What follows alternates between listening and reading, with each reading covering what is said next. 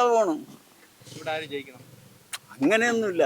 ഇപ്പൊ ഏത് പാർട്ടി ജയിച്ചാലും നമുക്ക് നമ്മൾ പറയാൻ നോക്കോ? ആർക്കാണ് മുൻതൂക്കം? നമ്മള് കോൺഗ്രസിനെ ഇടുള്ളൂ. കോൺഗ്രസ് വരാതിരിക്കാൻ പറ്റൂലല്ലോ, വരുമെന്ന് വിചാരിക്കണം. നമുക്ക് ഇപ്പൊ ആര് വന്നാലും ഒന്നുമില്ല. നമുക്ക് നമ്മള് അരി വെച്ചാലും എൻ്റെ ഒരു കണക്ക് തന്നെ കേട്ടോ. മുൻതൂക്കം നമ്മള് അത്ര അറിയില്ല, അങ്ങനെയാണ് അറിയില്ല. ഞാൻ കടയിലാണ്.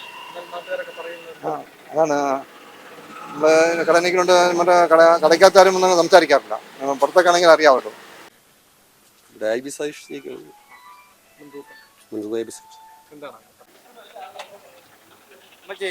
എങ്ങനെയുണ്ട് അന്തരീക്ഷമൊക്കെ? ചൂടുണ്ടോ?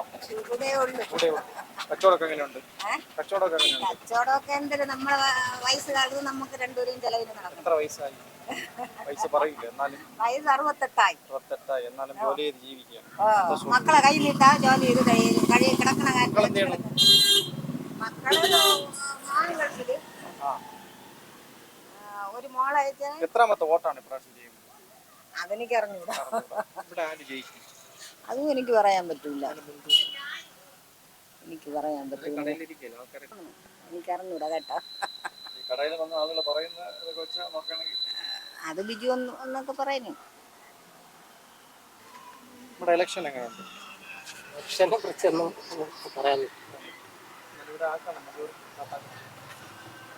പബ്ലിക്കായിട്ട് പറയുന്നത് ശരിയല്ല. നാട്ടിലൊക്കെ വരുമ്പോ അറിയാൻ പറ്റില്ല ഒരാളെ കുറിച്ച് പറയുന്ന. ഇല്ല, ഒന്നും സമയമായിട്ടില്ല. എല്ലാവരും ഒക്കെ ഏതാണ്ട് ഒരുപോലെയൊക്കെ തന്നെ, വലിയ ഇതൊന്നും തോന്നില്ല. നമുക്ക് ഈ സ്റ്റാൻഡിൽ കിടന്ന് ഓടുമ്പോഴേ നമ്മൾ ഈ യാത്രക്കാരെന്നങ്ങനെ കൂടുതൽ ഈ ഇലക്ഷനെ കുറിച്ചൊന്നും സംസാരിക്കാറില്ല. വണ്ടിയിൽ കയറും, യാത്ര കഴിയും, പൈസ തരും, പോകുന്നില്ല. എങ്കിലും നമുക്ക് പൊതുവിൽ തോന്നുന്നത് എല്ലാ രാഷ്ട്രീയ പാർട്ടിയും ഒരു കണക്ക് തന്നെ. എങ്കിലും കോൺഗ്രസിനും ചെറിയൊരു മുൻതൂക്കം പറയുന്നുണ്ട്. 2 പ്രാവശ്യം V Satheesh M L A ആയിരുന്നില്ലേ, പൊതുവിൽ പറയും. നമുക്കങ്ങനെ പ്രത്യേകിച്ച് അങ്ങനെ ആരോടും പ്രത്യേകിച്ച് വിധേയത്തോ ചായ്വോ ഒന്നുമില്ല. നമുക്ക് നമ്മളെ നാട്ടിൽ വികസനം പറഞ്ഞ അതേയുള്ള ആഗ്രഹം. ഓട്ടോ ഒക്കെ ഉണ്ടോ? ചൂടുണ്ടോ? ചൂട് വെള്ളമുണ്ടോ ഇവിടെയൊക്കെ? ഇവിടെയൊക്കെ വെള്ളമുണ്ട്. ചേച്ചി എത്ര കൊല്ലമായിട്ട് ഓട്ടോ പറഞ്ഞു? ഞാൻ ഒരു 10-20 വർഷമായി. എത്ര വയസ്സിൽ തുടങ്ങി ഓട്ടോ? ഞാൻ 2002 വണ്ടി. മക്കളൊക്കെ എന്ത് ചെയ്യുന്നു? ഞാൻ കല്യാണം കഴിഞ്ഞില്ല, ഹാൻഡികാപ്റ്റാണ്, ഒരു കാലില്ല. വോട്ടിടാൻ പോകാറുണ്ടോ? ഉണ്ട്. ഇവിടെ ആര് ജയിക്കും?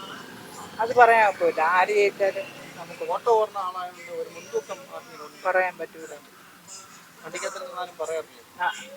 ആൾക്കാർ പറയുന്നത് ഇലക്ഷനാ ആരെങ്കിലും ഒരാൾ ചെയ്യും. ആര് ജയിക്കും? ആരെങ്കിലും ഒരാൾ. എന്നാലും ബിജു MR ബിജു ചെയ്യും, ഉറപ്പ്. കാരണം പല കാരണമുണ്ട്. ഒരു കാരണം പറഞ്ഞു. ഞാൻ ഒരു KSRTC ഡ്രൈവറാണ്. പെൻഷൻ പറ്റി 10 വർഷം കൊണ്ട് ഒരു ശമ്പളം ഒന്നുമില്ലാത്ത ഇതാണ് ഈ സർക്കാർ. ഒരു ആനുകൂല്യം കൊടുക്കുന്നതുമില്ല. പെൻഷനായിട്ട് 2 കൊല്ലം ഒരു പൈസയും തന്നിട്ടില്ല. നമ്മളെന്തിനോട്ടും KSRTC പെൻഷൻകാർ ആരും കൊടുക്കില്ല കേട്ടോ. MR ബൈജുവിന് കൊടുക്കണമെന്ന് ആഗ്രഹിക്കുന്നു. ഒരു തുടർ ഭരണം ഇഷ്ടപ്പെടാത്തതുകൊണ്ട് ആണ് ആഗ്രഹിക്കുന്നത്. നല്ല വ്യക്തിത്വം ഉണ്ടെന്ന് തോന്നുന്നു. വ്യക്തിപരമായി നമ്മുടെ ഈ കാട്ടാക്കട നിയോജകമണ്ഡലത്തിൻ്റെ കാര്യം അറിയാൻ പറ്റും. പൊതുവായുള്ള ഇത് നമുക്കറിയില്ല. കാട്ടാക്കട MR ബൈജു ജയിക്കണമെന്നാണ് ആഗ്രഹിക്കുന്നത്. എല്ലാവരും 3 പേരും ഒന്നുപോലെ നിൽക്കുകയല്ലേ. ആ മുൻതൂക്കമുണ്ട്, കുഴപ്പമില്ല. ആരെങ്കിലും ഒരാൾ ജയിക്കും. അതിപ്പോൾ പറയാൻ പറ്റില്ല സാറേ. മനസ്സിനകത്ത് നമ്മൾ ഇത് നടക്കുമ്പോഴല്ലേ അറിയാൻ പറ്റുള്ളൂ. മനസ്സിനകത്ത് ആരാണെങ്കിലും ഒരാൾ ജയിക്കും. MR ബൈജു ജയിക്കും, ഉറപ്പാണ്. സാധ്യത ഇപ്പോഴത്തെ ഒരു ഭരണമാറ്റം ഉണ്ടാവണം. ഒന്നും പറയാറായിട്ടില്ലല്ലോ. പ്രതീക്ഷ ബൈജുവിനാണ് പ്രതീക്ഷ. ഞാൻ കമ്മ്യൂണിസ്റ്റുകാരനാണ്, എങ്കിലും പറയാണ് ചർച്ചകളും കാര്യങ്ങളൊക്കെ നോക്കുമ്പോൾ അങ്ങനെ സാധ്യത അങ്ങനെയാണ് തോന്നുന്നു. മാറണമല്ലോ, മാറി വന്നാലേ അതിനൊരു തീരുമാനം ഉണ്ടാവുള്ളൂ. എന്തുകൊണ്ടാണ് ഭരണം മാറുന്നത്? അതിനെ പറ്റി ഞാൻ പറയുന്നില്ല. ഇവിടെ എന്തായാലും എം.ആർ. ബൈജു. ബൈജു ആണ് ചർച്ചയിലും കാര്യങ്ങളിലും ആൾക്കാർ സംസാരത്തിലും അങ്ങനെയാണ് ഉള്ളത്. വേറെ പ്രത്യേകിച്ചൊന്നും പറയാനില്ല. ആര് ജയിക്കും? ഇവിടെ വികസനം എന്നുള്ളത് ഒരു ബിസിനസ് മേഖലയാണെന്നാണ് എനിക്ക് തോന്നുന്നത്.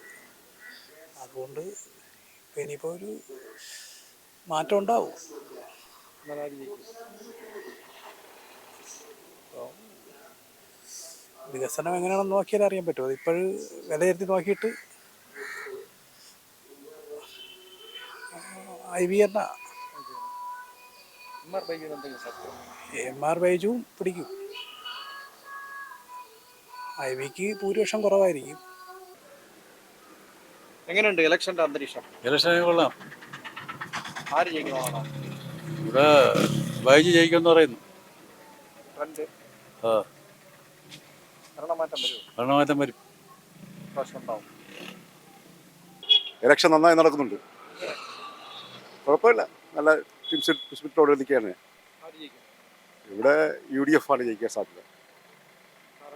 കാരണം കഴിഞ്ഞ 10 വർഷമായി ഈ മണ്ഡലത്തിന് ഇതിലുണ്ടാകുന്ന വികസന മുരടിപ്പ്, വികസനങ്ങളൊന്നും തന്നെ നടത്തിയിട്ടില്ല. വെള്ളമുണ്ടോ? എങ്ങനെയുണ്ട് അന്തരീക്ഷമൊക്കെ? കുഴപ്പമില്ല. ഇവിടെ വെള്ളമുണ്ടോ? പൈപ്പിലുണ്ട്, കിണറുണ്ട്.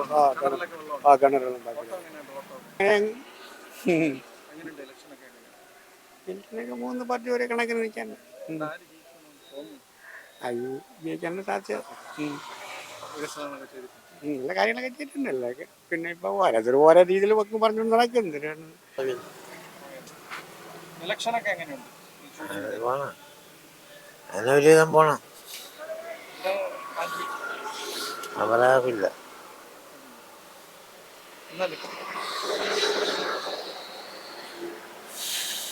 എന്നാലും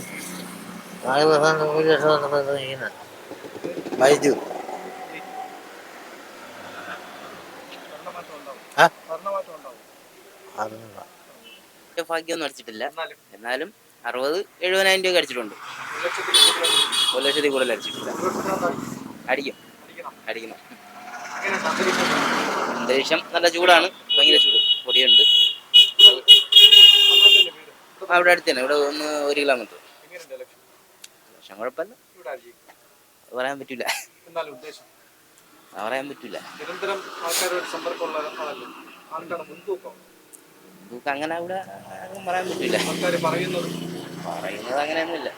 ചുറ്റുപാട് പറയുന്നത് ഭരണമാറ്റം ഉണ്ടാവും. മാറ്റം ഉണ്ടാവുമായിരിക്കും. ഇവിടുത്തെ അന്തരീക്ഷം ഒന്നും പറയാൻ പറ്റാത്ത അന്തരീക്ഷം. 3 നല്ല സ്ഥാനാർത്ഥികളാണ്. എന്നാലും ആര് ജയിക്കും? എന്നാലും ഞാൻ BJP കാരനാണ്. കൃഷ്ണദാസ് ജയിക്കണമെന്നാണ് ആഗ്രഹം. പിന്നെ എല്ലാം നല്ല സ്ഥാനാർത്ഥികളാണ്. ഒന്നും പറയാൻ പറ്റില്ല. എന്തായാലും അദ്ദേഹം 2-3 പ്രാവശ്യം കൊണ്ട് ഇവിടെ മണ്ഡലത്തിൽ മത്സരിക്കുകയാണ്. 4 തവണയാണ്. ഉള്ള സാഹചര്യം ഉണ്ട് എന്നാണ് എൻ്റെ വിശ്വാസം. ചൂടല്ലേ ഉള്ളൂ. വെള്ളമുണ്ടോ? വെള്ളം ഉണ്ട്. ഇലക്ഷൻ എങ്ങനെയുണ്ട്? ഇലക്ഷന്റെ അന്തരീക്ഷം അന്തരീക്ഷം ആര് ജയിക്കും? വൈകുവാണ് സാധ്യത. എന്തുകൊണ്ടാണ്? രണ്ടാമത്തെ മൂന്നാമത്തെ പ്രാവശ്യം നിൽക്കണം. ജയിക്കാൻ സാധ്യതയുണ്ട്. ഭരണമാറ്റം വരാൻ സാധ്യതയുണ്ട്. പിന്നെ ചൂടിനുള്ള ഇലക്ഷൻ എങ്ങനെയാണ്? ഇലക്ഷൻ നല്ല ചൂട് നടക്കാൻ. ഇവിടെ ആര് ജയിക്കും? ഇവിടെ നല്ല ത്രികോണ മത്സരം നടക്കും. എന്നാലും ഒരാൾ ജയിക്കുമല്ലോ, ആരായിരിക്കും? ഉറപ്പ് പറയാൻ പറ്റില്ല. എന്നാലും എന്നാലും മുൻതൂക്കമുണ്ട്. കൃഷ്ണകുമാറിന് മുൻതൂക്കമുണ്ട്. സാധ്യതയുണ്ട്. സാധ്യതയുണ്ട്. 3-4 കൊല്ലം കൊണ്ട് മണ്ഡലത്തിൽ നിൽക്കുകയല്ലേ.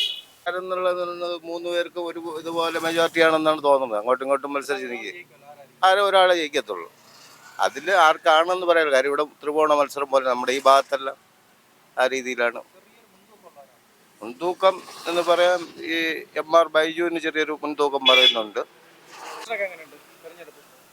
ഇലക്ഷൻ തെരഞ്ഞെടുപ്പ് ഭയങ്കര ചൂട് ശക്തമായിട്ട് നടക്കുന്നുണ്ട്. MR ബൈജു ജയിക്കും. കാരണം എല്ലാവരെയും കാണുമ്പം സഹോദരൻ എന്നുള്ള രീതിയിൽ, ഒരു ജ്യേഷ്ഠ സഹോദരൻ എന്ന രീതിയിൽ, അല്ലെങ്കിൽ ഒരു അനുജനെന്ന രീതിയിലുള്ള സമീപനമുണ്ട്. ആ ഒരു സമീപനം തന്നെയാണ് മികവ്. വികസനം ഒന്നും കഴിഞ്ഞ കാലഘട്ടത്തിൽ നടക്കില്ല. വികസനം ഉണ്ടോ എന്തല്ല, നമ്മളെ കാണുമ്പം ഏതെന്ന് കേൾക്കുന്ന ആൾ തന്നെയാണ് നമ്മളെ ദൈവം. ജയിക്കും. എങ്ങനെയുണ്ട് ഇലക്ഷൻ? ഭയങ്കര ചൂടല്ലേ, ജയിക്കും. അല്ലാതെ അന്തരീക്ഷം ചൂടല്ലേ? അന്തരീക്ഷം ചൂട്, ഇലക്ഷൻ ചൂട്, എല്ലാം മൊത്തം ചൂട് തന്നെ. എന്നാലും ഒരാൾ ജയിക്കും. ആരൊരാൾ ജയിക്കും, ആരൊരാൾ ജയിച്ചിരിക്കും. എന്നാലും ഒരു മുൻതൂക്കം പറയണം. മുൻതൂക്കം എം.ആറിനാണ്.